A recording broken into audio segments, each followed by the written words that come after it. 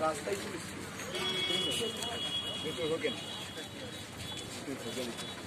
তারপর এরা চৌষট্টি বামপন্থ সাথে দেখে গেল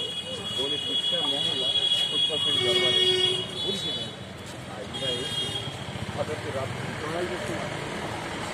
কংগ্রেসের বেলাতে এরকম না আর স্বাধীনের পর থেকে না ব্রিটিশের বেলাতেও সাহস পায় এরা শিক্ষা বাইককে রেড করে হ্যাঁ দরজায় লাঠি মারা সিসিটিভিতে ভেঙে দেওয়া সব কি সব ফুটে যাচ্ছে সময় মতন সব বার করতে বলতে পারতো কি সাহেব আপনার ভাইপো নামে কেস আছে এই ঘটেছে আমি নিজে থেকে তুলে নিয়ে আমার ভাই নিয়ে যাই হ্যাঁ ওই চোর ডাকা না কি করেছে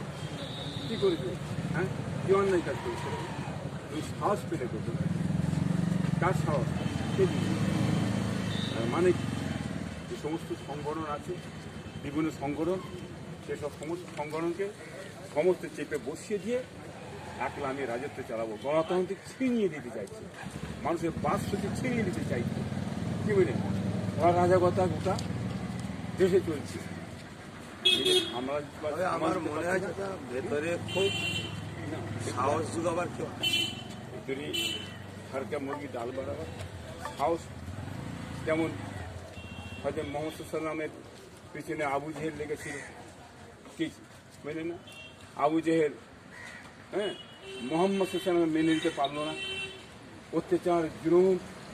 বহুত কিছু করেছে সেরকম করতে পারেছে অসম্ভব কিছু নেই সাইপে বেড়ে উঠবে কেন বহি হতে পারে অসম্ভব কিছু নেই এই আমার ভাই সে বেড়ে যে আমাদের বয়স হচ্ছে আমরা তো বয়স হচ্ছে আমার ভাইপো এটা আমার বংশের গৌরব আমাদের খানদানের গৌরব আমাদের মুরিদানদের গৌরব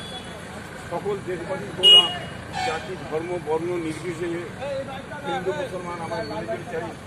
আজকে ক্যাপ আইন হচ্ছে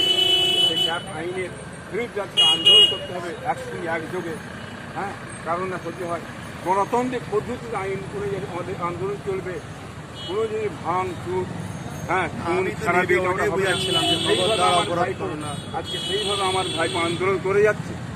আপনি কিসের ভিত্তিতে এত পদক্ষেপ নিয়ে রাত 2:30টার সময় বিশ্বাবদের বাড়ি রেড করলেন কি কারণ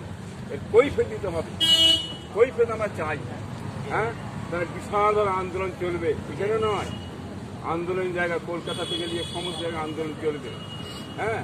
কিন্তু আমরা গণতন্ত্রের পদ্ধতিতে আন্দোলন চালাবো হ্যাঁ স্বাধীন ভারতে বাস করি আমার স্বাধীনতাতে হাত দেওয়ার ক্ষমতা হ্যাঁ রাজ্য সরকারের নেই আজ রাজ্য সরকারের পুলিশ তার রাত্রি এসে এইভাবে আপনার রেড করা এটাকে উচিত হয়েছে রাজ্য সরকার জানে কি সেটাও জানার দরকার আছে হ্যাঁ তারাও জানার দরকার আছে এত বড় কাজ তিনি করলেন কি করে কিন্তু বলতে পারতেন আমাদের